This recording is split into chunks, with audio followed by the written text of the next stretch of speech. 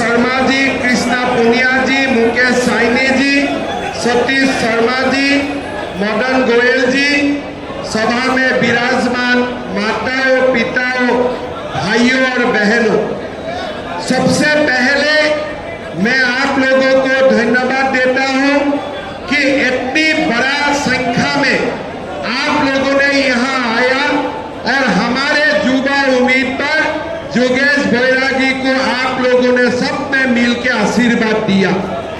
आप लोगों का जो उत्साह है और आप लोगों का बीच में जो उमंग है, ये देख के मैं आप लोगों को बोलना चाहूंगा कि जुलाना में बीजेपी जीतेगा ही जीतेगा। ये आज आप लोगों ने पक्का कर दिया है। भाई और बहनों, आप लोगों को मालूम है 3 महीना पहले लोकसभा का चुनाव हुए थे। कांग्रेस आए थे, राहुल बाबा हरियाणा में भी आए थे और सारा देश में उन्होंने चुनाव प्रचार किए थे।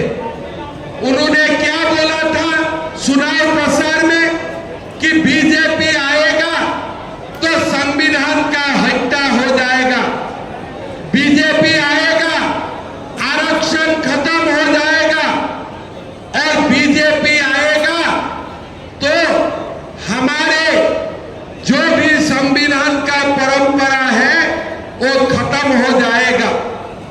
दोबारा राहुल बाबा अभी भी हरियाणा आ रहा है, लेकिन हरियाणा का चुनाव में इस बार वो आरक्षण का बात भी नहीं बोल रहा है, संविधान का बात भी नहीं बोल रहा है। क्यों? अभी अभी अमेरिका किया था राहुल बाबा और अमेरिका जाके बोल के आए हैं कि कांग्रेस जल्दी ही आरक्षण को खत्म कर देगा। यही राहुल गांधी लोकसभा चुनाव में बोले थे कि संविधान को रक्षा किया जाएगा और अभी जाके अमेरिका में बोल के आया है कि हम आरक्षण को ही खत्म कर दूंगा। मैं राहुल जी को बताना चाहता हूं, आरक्षण आपका पिता ने भी नहीं लाया था, आपका परदादा ने भी नहीं लाया था। आरक्षण भारत में बाबा साहेब अम्बेडकर लाए थे और ये आरक्षण आप खत्म करने के लिए 10 बार आपको जीवन लेना पड़ेगा, जन्म लेना पड़ेगा, तब भी आरक्षण खत्म नहीं होगा। भाई और बहनों, लोगों ने राहुल गांधी का बात विश्वास नहीं किया और ये जो मां बेटा का सरकार बनाना था दिल्ली में, वो सरकार नहीं बनाया। तीसरी बार नरेंद्र मोदी जी को देश का प्रधानमंत्री बनाया। लोकसभा चुनाव में भारत का लोगों ने मां और बेटा को हराया और हरियाणा का चुनाव में इस बार बाप और बेटा को हराएगा, ये पक्का मान लीजिए। भाई और बहनों, कांग्रेस क्या है? दिल्ली में मां बेटा और हरियाणा में बाप और बेटा, लेकिन हमारा मां हमारा घर में रहता है। हमारा मां को हम इटाली से नहीं लाया है, हमारा मां हमारा घर घर में रहते हैं।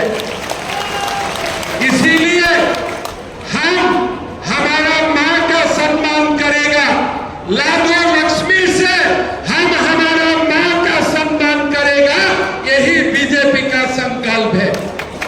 भाई और बहनों, आज आप देश का सामने जो भी चुनौतियां हैं, आप लोग सबको मालूम है। अभी अभी कश्मीर में चुनाव चल रहा है। राहुल गांधी जाके बोल रहा है कि कश्मीर में कांग्रेस आएगा तो दोबारा हम 370 धारा लेके आएगा। भाई और बहनों, हमारा देश एक है और ये देश को सीमाओं को रक्षा करने के लिए हरियाणा का युवाओं ने सेना में जाते हैं और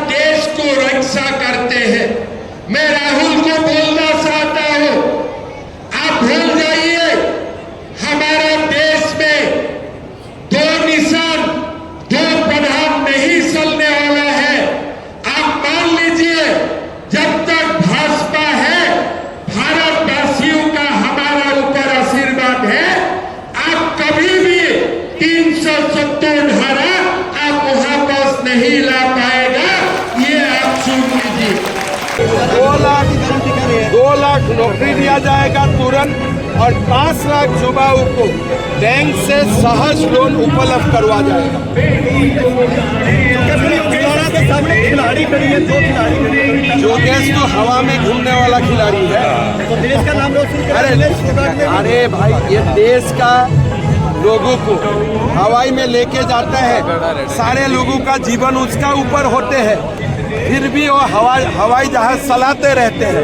तो उनसे अच्छा देश प्रेमी और कौन है? और सर राहुल गांधी भी अमेरिका गए थे, वो जिक्र करते हैं कि मैंने अमेरिका में युवा से मिला, हरियाणा का युवा बेरोजगारी हरियाणा में बढ़ रही है। ये तो बाप बेटा के लिए है, किसलिए राहुल जी ने बाप और बेटा को इतना रोजगारी दे दिया है और किसी का पास कोई बसा ही नहीं है। दामाद को दिया है, बाप को लिया है, बेटा को दिया है। हरियाणा के लिए वो कुछ छोड़ के गया ही नहीं था। लेकिन 10 साल में पहला बार पब्लिक सर्विस कमीशन में सुधार हुआ, गरीबों को नौकरी मिलना स्टार्ट हुआ। तो ये काम कहाँ हुआ था बाप बेटा का सरकार का समय में?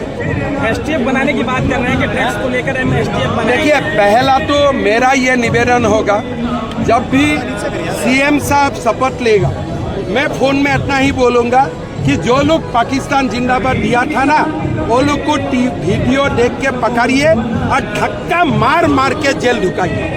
इसको बधाई दे देना आप। हमारा समाज को